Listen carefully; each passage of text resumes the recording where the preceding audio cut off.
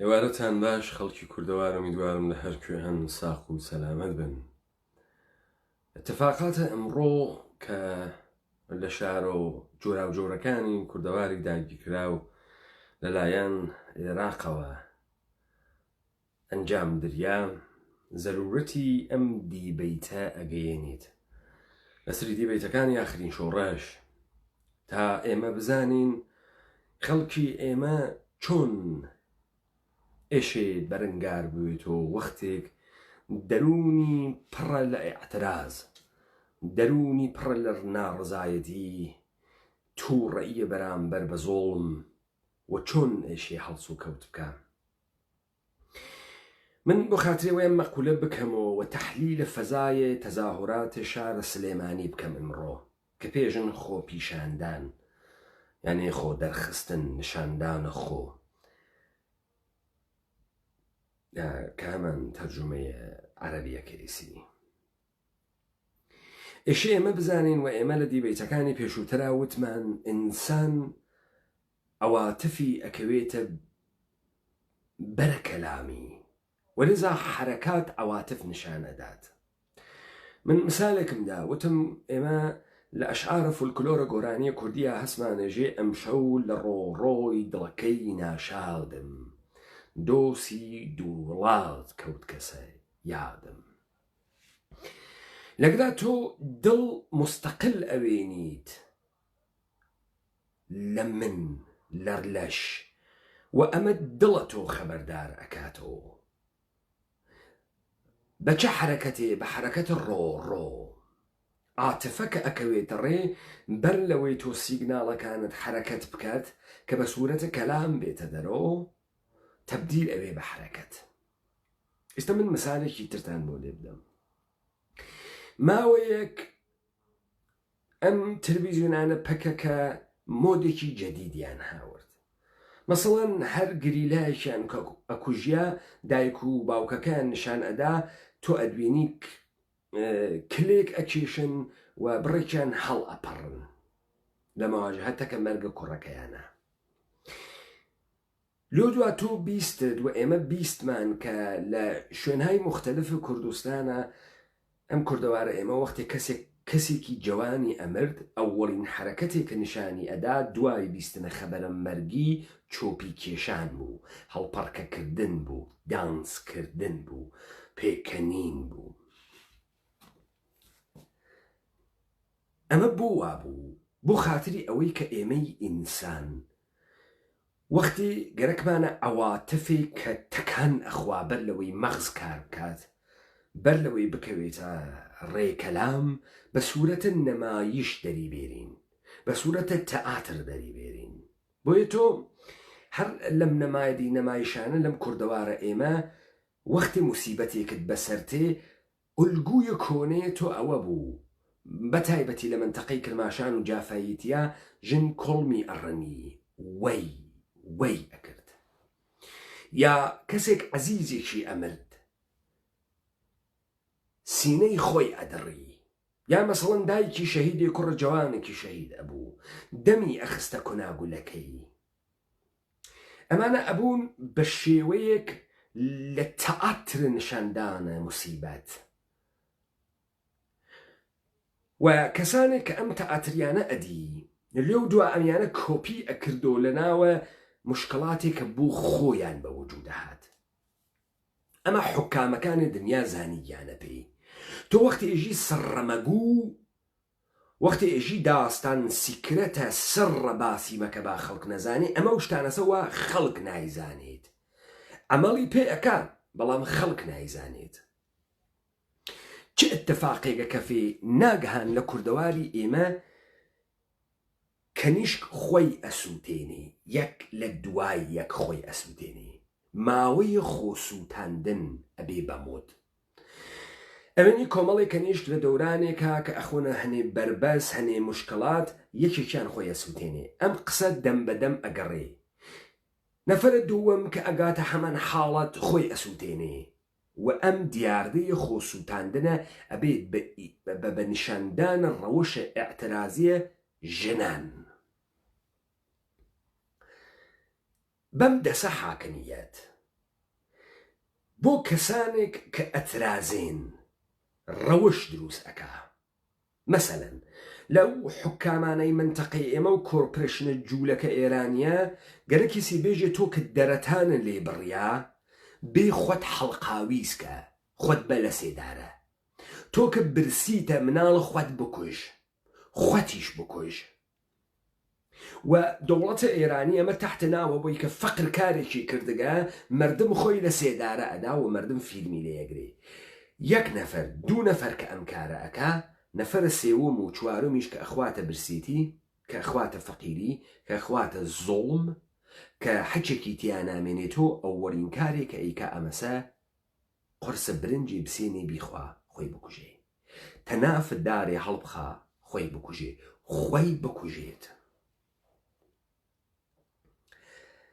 پس دەوڵەتە ئێرانی دەوڵەتەکانە دنیا ئەزانن ئینسان وەختێ کە ئەواتەفی حرەکەت ئەکا، وەختێ کە مشکڵی بۆ وجودێ، خەشمی هەست و ڕاز بربەستی بۆ دروست بووگە، ئێشێ ڕێگە بخەیتە بەرپێی. تامزانە وەختێک سەدها ئەواتف وا لەسەرا، سەدها تەعەقوڵ وا لە خوارترا، ئەمەڵ کە ئەکا بە سوورەتە ئۆتۆماتیک کارێ بکا کە تۆ گەرەکتە. ئەگەر لەمانە تێگەیگین ئەوجار واردە بازنەی مەسائلێکی تر ئەوین، واردە بازنەی ئەوە ئەوین کە ئێمە ئێعترازات چۆن دەرئەوڕین، ئێشی چۆن دەری بوەڕین، چۆن ئەم فەزا دەستکاری کریاگە و ئێمە نازانین ئێعتراز چییە بۆ هەسمان و چۆن ئێشێ دەری بوەڕین.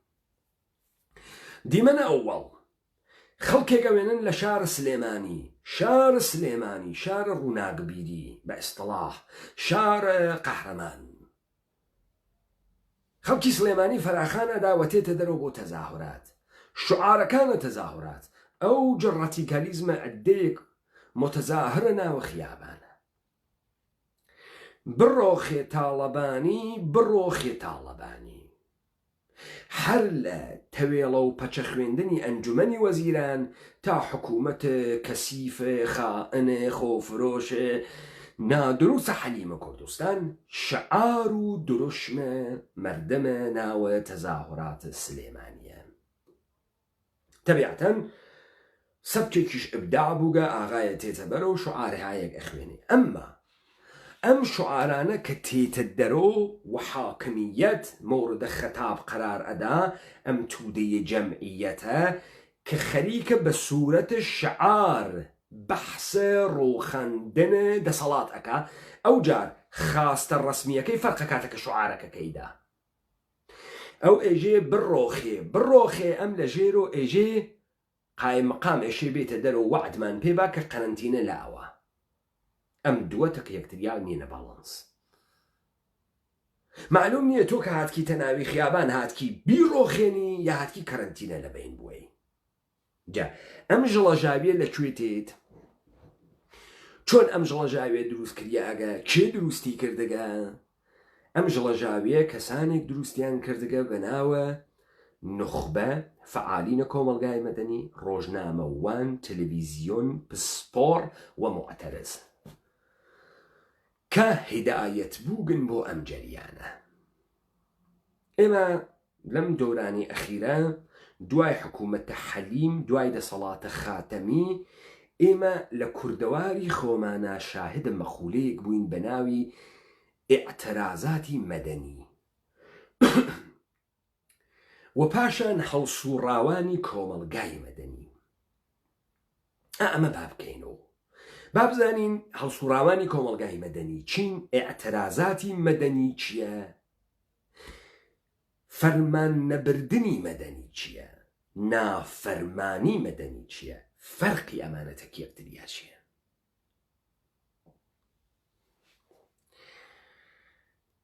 ئێوە کەم نەتان بیستگە کە ئەمانەی کەوانە حەوزەی فعالیەتە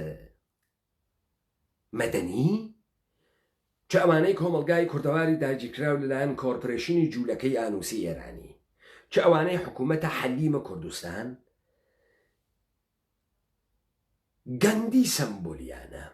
گاندی سمبل مبارزات مدنیە. مبارزات مدنیە بێتون دوتیژی. ئەمە هیچ کام لەمانە نایانبێژن مبارزات مدنیە بێتون دوتیژی ئاغای گاندی چه شکلی بوو؟ من کارم بە منیە کە ئەسڵن ئاغای گاندی ئینقلابە هەند سەرناخە. ئاغای گاندی نییە کە بریتانیا شکست ئەدامە، دروی مطلقە تاریخیە. ئەمە نییە مشخصەن تێمە سەرە اعتراضات مەدەنی.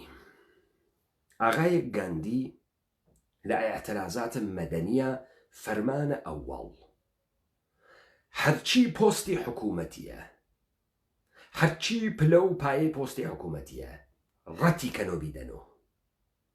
حکوومەت ویستی پۆست و پلە و پایەتان پێبا مەیگرن.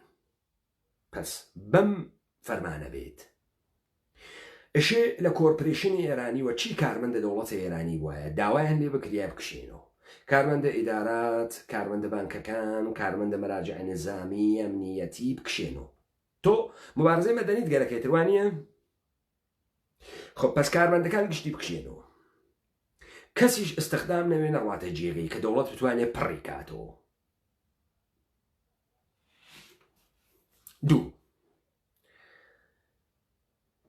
تەمامی ئەو پێگانەی کە بە دەوڵەت دەسەڵاتەدا تەحریم بکرێت لەلایەن مردمەوە. سێ، سەراسەر ئومورە دەوڵەتی مەورد تەحریم واقع بێ و ئیعتسابات دەست پێ بکە. حوزەی حمل و نەقل عمومی تا دەسەڵات وە سوڵتەی دەوڵەت دووچارە مشکل بێت. تحریم کالاکردنی، تحریم قانونکردنی، هەرچی شتە. ئەمە پێژن ئاعترازات مەدەنیە بێتون دوتیژی. پاشان وەختی ئەم کاران تەکرد، یعنی لە کار کشایتەوە، پلە و پۆست و پایەت داوە و کەسی تر بۆی نەبوو پلە و پۆست و پایی تر بگرێ جێگەی تۆ پڕکاتەوە. وەختی تۆ دەست کرد بە ئاعتسابات، ئەو جار ئەتوانی بڕژێتە ناوی خیابان و تەزاهورات و سکوت بکەی. حەج نێژی ملیۆن بیتە خیابان. تا بە ئیستلاح ئەم فورموڵەی کە بریتانیا ئێژی جواوی داوە من شکستم هێنا لە بەرامبەری جێبەجێ بوێت. ئەمە پێژن ئاعترازاتە مەدەنیە بێ خشونەت. دە ئاعترازاتە مەدەنی لای ئێمە بووگە بە چی؟ لای ئێمە بوو گەست بەمەی کە خەڵک بێتە ناوی خیابانەوە تیکەی نان بگرێتە باوەشی قسە نەکات تەکانی با بێژێ نانم گەرەک. نێژێتی نانەکە واڵ باوەشیان نیشانیەدا کە نانی گەرەک. خەڵکی ئەمە بێتە ناوی خیابان فڵچە بکێشە بە دەرو دیوارە. ڕەنگی کا بە ڕەنگی ئابی حیزبی دموکرات. خەڵکی ئەمە بێتە ناوی خیابان قوت و ئاشغاڵ کۆ بکاتەوە ئاوا ئێترازی خۆی بە دەوڵەت نیشان بە. دەرسوورەتە کە هیچ کام لە پیششەرتەکانی ئەوەڵی بەجێ نەهاورد. یەک، تەواوی کارمەندانی دەوڵەت بکشێنەوە لە کارەکانیان، هەر پۆست و پلە و پایەیەکیان هەست بەجێ بێڵن، ئیجازە نەدەن کەسێکی تر بڕوا جێگەیەمانە پڕکاتەوە، ئیعتساباتە سەراسەری دەست پێ بکەن، تەمامە دام و دەستگاها موئەسسەسات وە خەدەمات بوێسێنن تا حاکمیەت ئەدەنە دواوە. ئەمە هەمان داستانە کە ئێشێ لە ئینقلابە ڕەنگینەکان ئاغای ساموێل هانتینگتۆن جێبەجێ بکرێ. ئەمانە بەحسەکەن گاندی پێغەمبەری ئاشتی، بەڵام خۆیان جورئەتیان نییە دانەیە کارمەند دەیدانێ بەرق بکێشنە دەرەوە. کاری ئەمانە بوو گەسوامەی پوڵ جەم بکەن بۆ دەوڵەت بە دەستورە وزارەتە ئیطلاعات بکەنە گیرفانی دەوڵەت خەرجی بکەن لە کات انتخاباتە. کاریان بوو گەسوامە. کەس ئەمە بەحس ناکە. ئەمە بێنە سەرە نافەرمانیە مەدەنی. نافەرمانیە مەدەنی چیز چۆنە چ شکلیە کێ چۆن تەڕاحی کردگە؟ ئەوەی جان ڕۆڵز، ئەوەی کە لە پشت پەردەی بێخەوەریە بەحسەکە، ئوستادە فەلسەفەی ئەخلاق دانشگای هاروارد، وەختە نافەرمانی مەدەنی بەحسەکە ژێ نافەرمانی مەدەنی سێ خصوصیەتی هەست. نافەرمانی مەدەنی یەک تەکە بنیانە حاکمیەتە دەرناکەوێت. دوو تەبعاتی وەکو نائەمنی ژەڵەژاوی دروست ناکە بۆ حاکمیەت. سێ ئەم ئێعترازێکە بە شێوەی ئاشکار لەلایەن کەسێکەوە یا عیدەیەکەوە وەختێک ئەزانن تەمامی مردمیان تەکانیە بەرامبەر بە قانونێک لە منزەری عیداڵەت خوازیەوە کێشەی هەست تێنە مەیدانۆ و ئیعلام مخالفەتە قانونی ئەکەن و ئەم قانونە جێبەجێ ناکەن. یعنی لەم قانونە فەرمان ناون و قانونەکە ئەشکێن. و ئەمما شروتی بۆ دانی ئێژێ ئەمانە ئێشێ مەسئولیت بگرن هەستۆ ئێشێ ئاگادار بن کە ژەڵەژاوی دروست نەکات تا بە پێی بێژن لە وڵاتانی غەربی بەمە فەرمان نەبردنی مەدەنی. ئیشتەبا بێنەوە سەر داستانەکەی سلێمانی. باشە ئەگەر ئەوانەی هاتکنە دەرو لە سلێمانی مشتێک کاسبکاری دوکان نین کە گەرێکیانە دوکان بکەنەوە ئیتر بۆ ئەڕۆنە خیابان چەپڵە لێ ئەدەن بڕۆخێ. تۆ واقعان ئەگەر گەرەکتە بڕۆخێ دەی ئێشێ بیتە دەرۆ و بیڕۆخێ. ئەگەر نەتگەرەکە بیڕۆخێنی دوکانەکە داخلیاگە ئەو جار تۆ براکەم هەروە کە ئەتوانن خۆتان کۆکەن و لە ناو دەرکە سەرا و بەرە مەولەوی ئەتوانی قاوکەی لە ڕەفیقەکانە چون تۆ نەگەرەکتە بڕۆخێ نەگەرەکتە سیستەمە حکوومەتە حەلیم لە بینچێ تۆ فکرەکەی دوکانەکەی خۆتکەیتەوە. ئەو جار تۆ تەمامە کارمەندان و بازاڕیان و دوکانداران بانگەکەی ژی سۆحا ساعاتی هەشتی بەیانی ئەللا ڕقمە ئەوەی کە دەوڵات منعی کردنەوەی بازاڕی کردگە ئێمە بە ئیرادەی خۆمان و پێش چاوی هەرچی تەلەڤیزیۆنە دوکانەکانمان ئەکەین و لە بەرامبەری ئەم بڕیاری حکوومەتە ئەویسین. ئەمە پێژن نافەرمانیە مەدەنی. ولی ئەوەی کە ئێمە بەحسی ئەەکەین بەحسی ئینقلابە بەحسی هەڵتەکاندنە هەڵتەکاندن باسی ڕستاخیزێکە باسی قیامێکە باسی ڕاپەڕینێکە. ئەمە چی شکلیە؟ براکەم تۆ داوای فعالیتە مەدەنیەکەی مەدەنیەکەی بۆ هەمووی نایژی دا بەیانی تۆ داوا بکەم تەواوی کارمەندانی حکوومەتی حەلیم لە کار دەست بکێشنەوە. ئەوەی پۆلیسە ئەوەی نیروی ئەمنیەتیە ئەوەی پاراستنە ئەوەی پێشمەرگەز ئەوەی کارمەندە بەرقە ئەوەی کارمەندە هەر ئیدارەی شێم دەوڵەتەسە دەست لە کار کێشێتەوە. ئیعلام کە ئاعتسابات سەراسەریە و لە کنارە ئەمە ئەو وەختە حەقاز بێتە ناوی تەلەڤیزیۆن بێژی بە مەردم ئیستە بێنە خیابان و شعاریش مەدەن بە ملیۆنی بێنە خیابان و ڕێ پێوانکەن.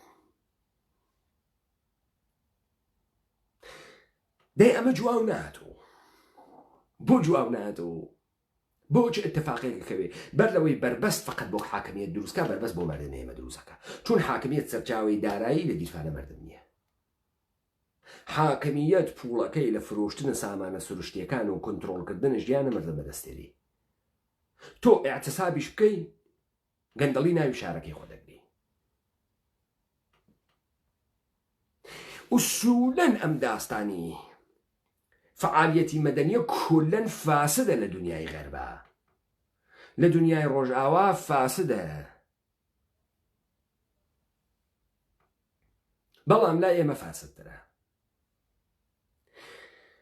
من وەختی ئەو مقدمەیەم باس کرد خەڵکی ئێمە کە معتەرزە خەڵکی ئێمە کە زوڵم هاڕێگیسی خەڵکی ئێمە کە لە فەسادا ئەو قبووگە خەڵکی ئێمە نازانێ چۆن ئێشێ ئێعترازکە خەڵکی ئێمە چۆن لە شعاری بڕۆخێ تاڵەبانی ئەگات بەوەی کە قای بەخام ئەگەر بێتە ئەگرا قەوڵمان پێ بابیانی دوکانەکان کەینەوە چینەوە.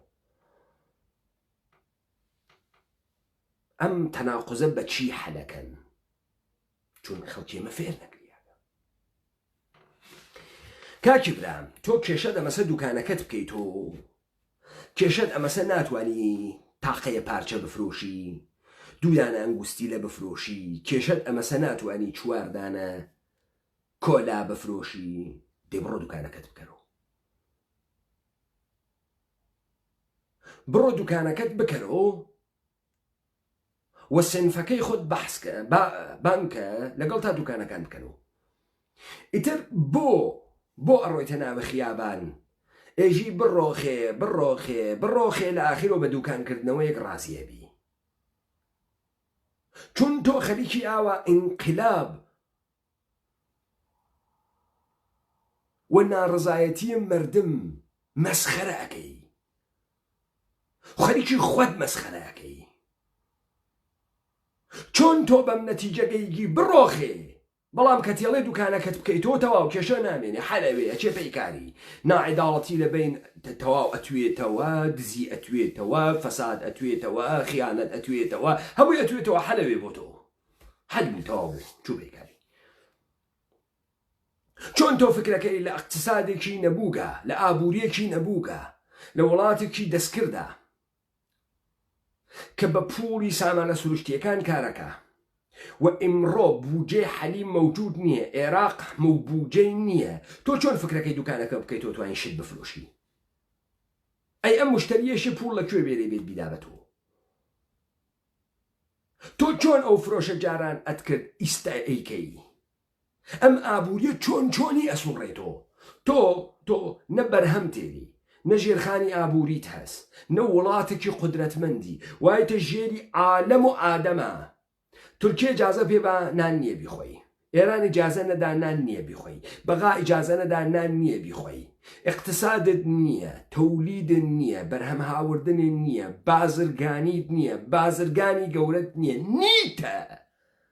چۆن تۆ دوکانێک ئەەکەی تۆ ئەتوانی ژیانی خۆت بەریتە بەرەوە؟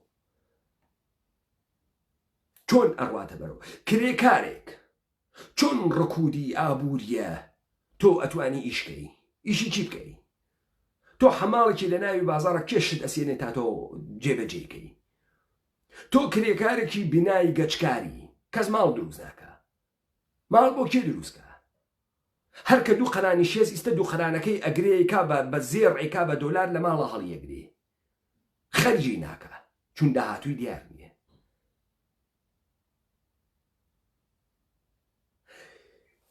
خەڵکی ئێمە گوناحی نییە، خەڵکی ئێمە کەسی ئەمانەی بوو باس نەکردگە.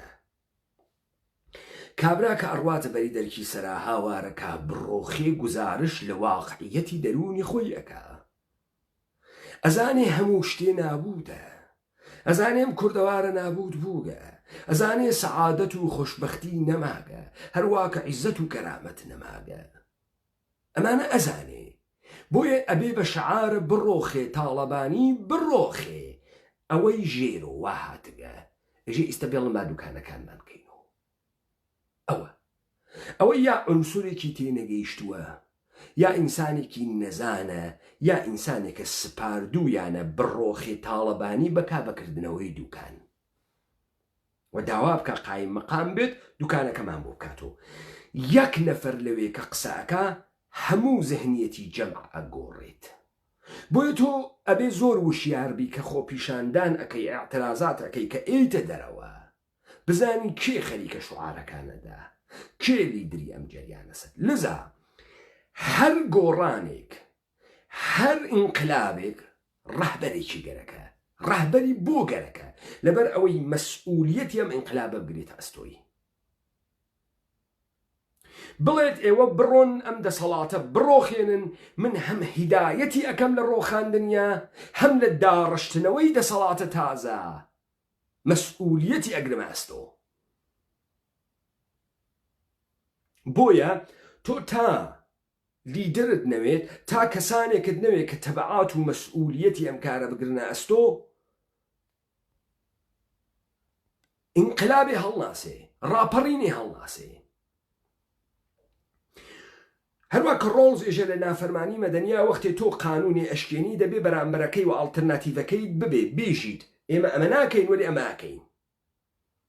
ئەمە نافەرمانی مەدەنیەکە کە دنیای غەرب دروستی کردگە کە ئەنستیتۆکان و حکوومەتەکانی هەتاهاتایی وەکو مطلق لەسەر جێگا ئاوێسێت و ئەم خەڵکە ئێشێ هەر پەکایەیان تەکا بکەن. بەڵام ئێمە خۆوانیین، ئێمە خۆ باوەڕمان نییە بە مطلقیەتی دەسەڵات.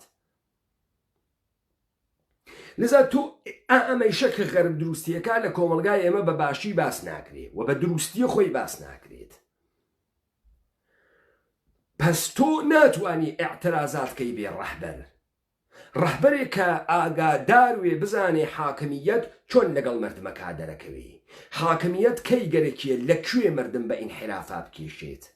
مردم هات کەسە ناوە خیابان ئێژێ بڕۆخێت تاڵەبانی بڕۆخێت تاڵەبانی، بەڵام کابرایە لە ژێر و ئێژێ کەرەنتینەکان بشکێنن بەیانی قایم مەقام بێتە دەرەوە بشکێنن. ئەوە خەریکە ئینقلاب بە ئینحرافەوە، ئەوە خەریکە ئینحراف ئەدا لە ناوی ذهنی مردم، ئاعترازی مردم، پۆتەنسیێڵی ئاعترازیە مردم.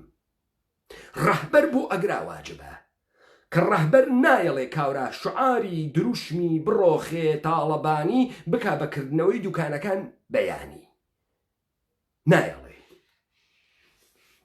ڕەهبەریەتی جەریانی ئینقلابی مەوجود بێ خواستی مردم وا لە کاسەیەکە و مردم ئەزانێ چی تەعقیب بکات و لێو دووە ئەزانێ چی دا ئەڕژێنێتەوە.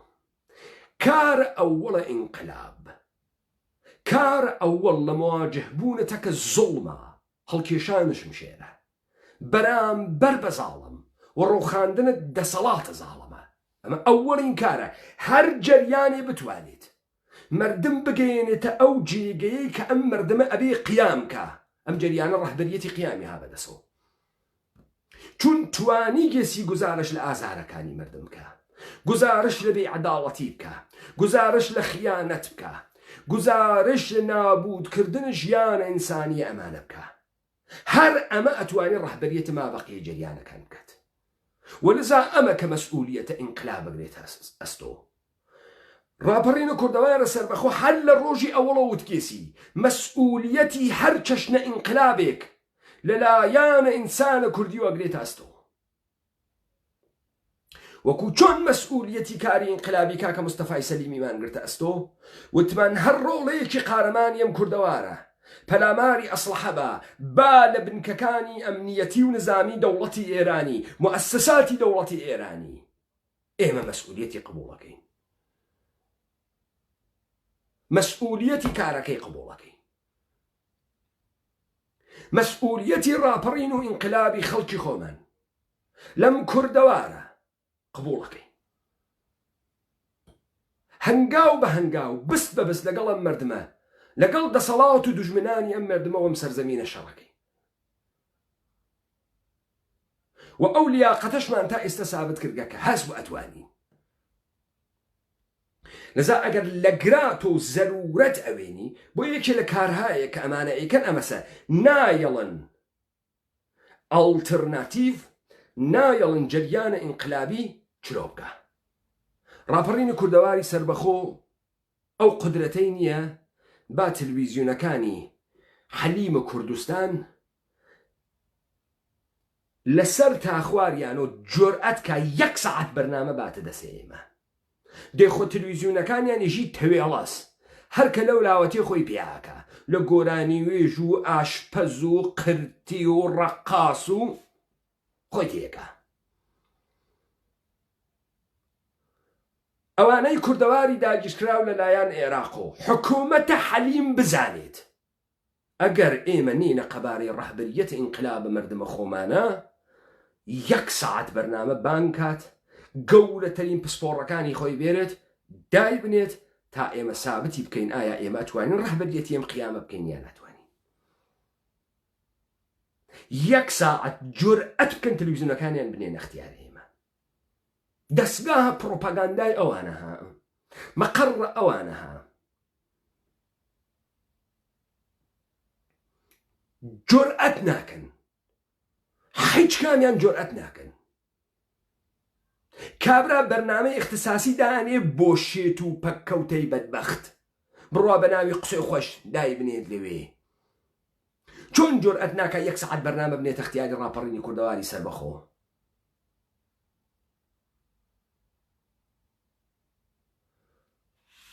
بۆ ناینێ؟ چون ئەزانێ ڕاپەڕینی کوردەواری سەربەخۆ مۆتەکەی مەرگی زاڵەمانە و ئاگری ئاخرین شۆڕشی ئینسانیەتە لە بەرامبەری دەسەڵاتی ئینقیادگەری کۆیلەکەری ئینسانە. بۆی لێترسن. پس ڕاپەڕین مەسئولیەتە ئەم ئینقلابە گرێتە ئەستۆی، هدایەتە ئەم ئینقلابە ئەکات و تەبعاتیشی قبوڵەکات.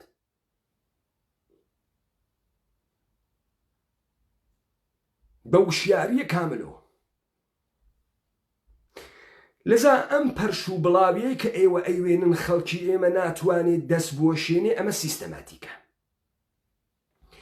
سیستەماتیکە کە نایڵن ئینقلابی تەرین دەنگ بەگوێی مەردمگا. ڕەهبەریەتە ئەم ئینقلابە پەیامی خۆی بەگوێی مەردم بڕەسێنێت.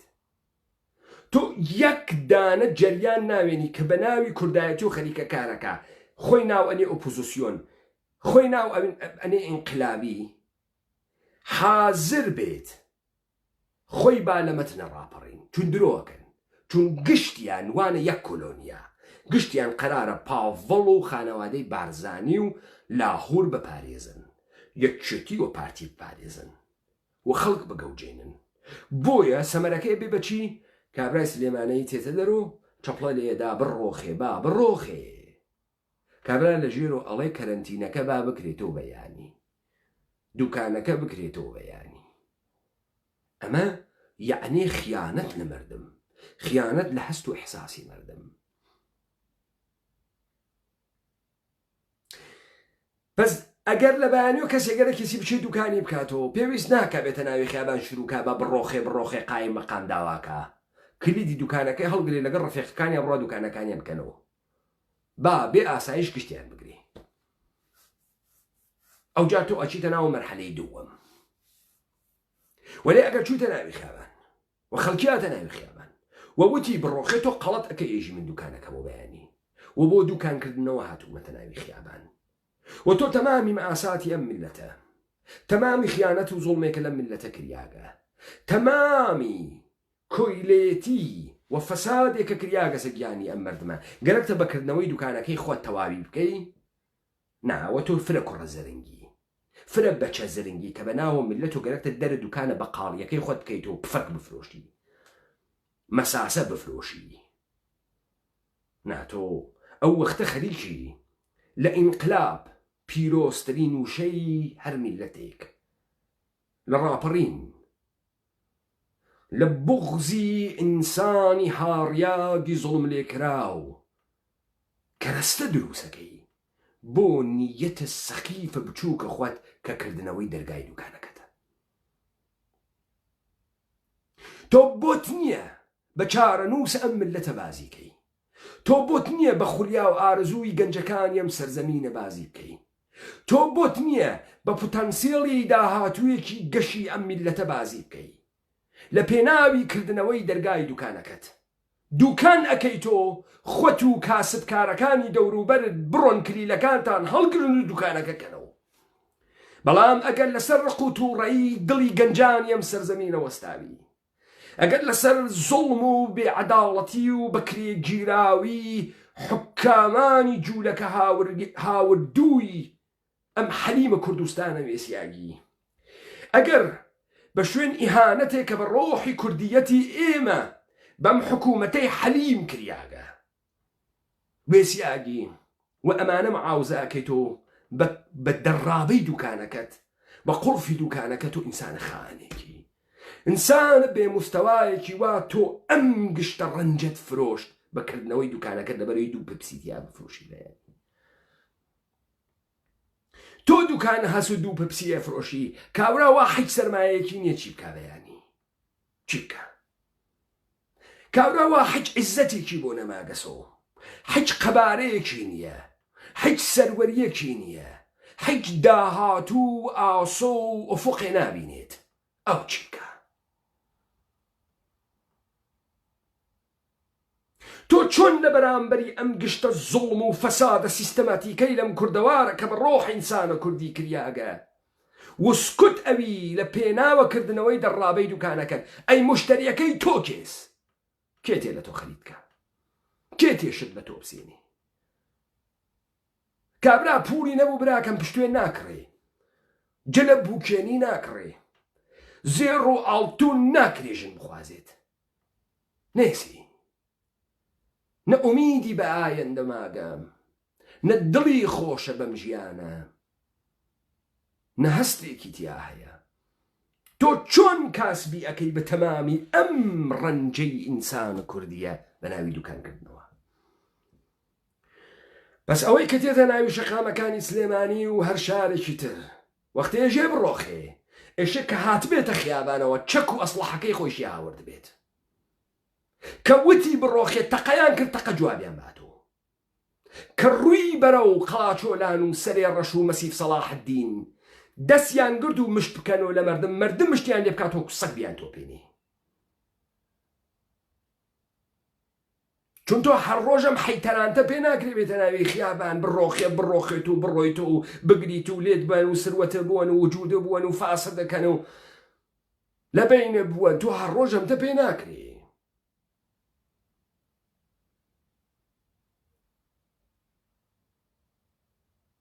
ئەوەی کە بتوانێت ئیلهام بە مردم بدات تا مردم ئازارەکانی خۆیان بدۆزنەوە ئەوەی کە بە مردم بێژێت وەختی عەواتفت ئەکەوێتە ڕێ وەختی زوڵم هەست پێەکەی و ئازای گیانت تێتە هەشۆکە وەختێک حسی برسیەتی و حرسی ناهۆیەدی و حسی نەبوونی ژیان لە وجود تا ئەم هەستە دروست ئەبێت و بە حەرەکات خۆی دەرەخا گڕمەنێ بەخۆتۆ پوتێنەوت بە خۆتا مەکە دەرمەچوە سەرزەمین بەجێ مەهێڵە کۆچ مەکە نا پەلاماری چەکەکەی پاڵی دەسە بە بێرە خیابان و سینە و کرواسەکەت مەدڕە مێژێ با کۆرۆنا بمخوا و بمرم لەم ژیانە باشترە پەلاماری ئەسڵحەکەی دەست بە و بێرە خیابان و بێژە دەرەتان ژیانم لێ بڕیا بە دەستی مشتێک کەسافەتە گەواد بە ناوە حکوومەتە حەلیم ومن نایەڵم ئەمانە ئێمە بکەنە خاک و ئێمە ئەمانەکەینە خاک و من بێ دەسەڵات نیم کە تۆ دەسەڵات داربی من دەسەڵاتم داگە بە تۆ کە پێم وایە تۆ ناگۆڕیت من کە نەویم لە ئەسڵحەکەم هاتمە ناوی خیابان جورئەتە کرد میل بێری تۆ میرە لێ تێرمەوە تۆ کە تفەنگە بوو منیش تفەنگم بوو قدرەتمان بەرابەرە تۆ وەختی قامک درێژەکەی بۆ من ئێژی تۆ تاوانباری چون لە پشتم و ئەسسات و دەوڵەت و وێسیاگی من وەختی قامکم دەرهاورد کردم لە تۆ وەوتم تۆ گەوادی خائنی تۆ ئەبی بە ئەو بژە و تۆ ئێشێ جوابی گەوادی و خیانەتت بەیتۆ تۆی لە بەرامبەری میلەتە ئێشێ حسابی کاری خۆت بەیتۆ بۆیە مردمی ئێمە ناڕوا یەخەی کراس بدڕێنێ ناڕوا مۆبایلێ بگرێتە دەست فیلم هەڵە بگرێ فەقەت نا چواردە خۆرەکەی ئا لە لاقەی ڕاتە ناوی خیابان ئەژێ بڕۆخی ئەم حکوومەتە یا ئەڕۆخی یا تەسلیم ئەبیت یا بەسەر لاشەی پێش دەرگەکان تا دەست ئەنەی نەبینە قاقات وەدگرین هەڵبژێرە یا تۆ ئەم شەڕە ئەکەی یا نایکەی تۆ گیانە هاوڵاتی ئەپارێزی ئیستا 100,000 نەفەر لە سلێمانی هاتە دەرەوە بە تۆی وت یا دەسەڵات دابنێ یا ئەبێ بە شەڕمان تۆ شەڕ ئەکەی یا دەسەڵات دانی کامیان تۆ یعنی دەست نانی بە ڕیزە بیکەسی و بیکەیتە گیانی مردم لاچن گۆڕتان گمکەن ئاو بگریتە خەڵکی چون من دەسەڵات من چۆن دەسەڵات بەجێ تێڵم ئەی چۆن مردم ژیان و خۆشبەختی خۆی کەرامەت و عیزەتی خۆی بەجێ بێڵێ گەوات تۆ حکوومەتکەی بۆی شێ بەجێ بێڵێ لەبەرەوەی بمرێ و تۆ خەریکی ئەواشێواش ئەیوەی بەرەو مەرگ خەریکە شێتەوێ خەریکە خۆی ئەسوودێنێ خەریکە پەلاماری بەحری ئەژادا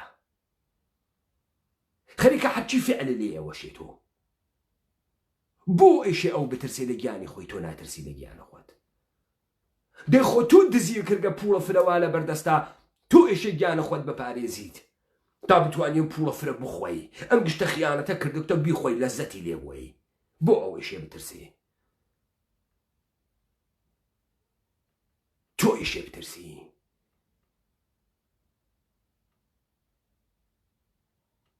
تۆ چۆن لە تۆ ڕێیە مردمە ناترسی چون مطمئنی کەسانێکت داناوە لە ناوی مردمە مردم منحرفەکەن بۆیە لەگرا ڕۆڵی ڕابەری ئینقلابی مەردم دەرەکەوێت نایەڵێ انحراف بچێت نایەڵێ تۆ دەستەکانی تێبخەی نایەڵێ تۆ خەڵکی بگەوجنیت نایەڵێ خواستی مەردم بچووک بکەیتەوە بچووکی بکەیتەوە بچووکی بکەیتەوە دروشمی گەورە خواستی بچووک بەهای گەورە دەستکەوتی بچووک نا ڕاپەڕینی کوردەواری سەربەخۆ مەسئولیەت و ڕابەریەتی ئینقلابی خەڵکی کوردەوار ئەگرێت ئەستۆ بست بە بستی سانیە بە سانی سانتیمتر بە سانتیمتری ئەگرێت ئەستۆ تەبعاتیشی قبوڵەکات و ئەو جار خەڵکی ناوی خیابان بێ ڕەحبەریەت نییە بێخواستی مشخص نییە و بەر نادرێ لە حەواوە و خاڵۆتێکە و لالۆ بخۆ دروست نابێت نا مەردم قەت وەکو ئێوە دزی ناکە قەت وەکو ئێوە جنایەت ناکە قەت وەکو ئێوە فەساد ناکە و تعەدا لە ناموسی مەردم ناکە قەت کوردەوار و سەرزەمینی کوردی نابود ناکە قەت لەمە بچووکتری ناکاتەوە و ڕاپەڕین مەسئولیەت و نەقشەخۆی جێبەجێیەکە لای ئێوە خۆش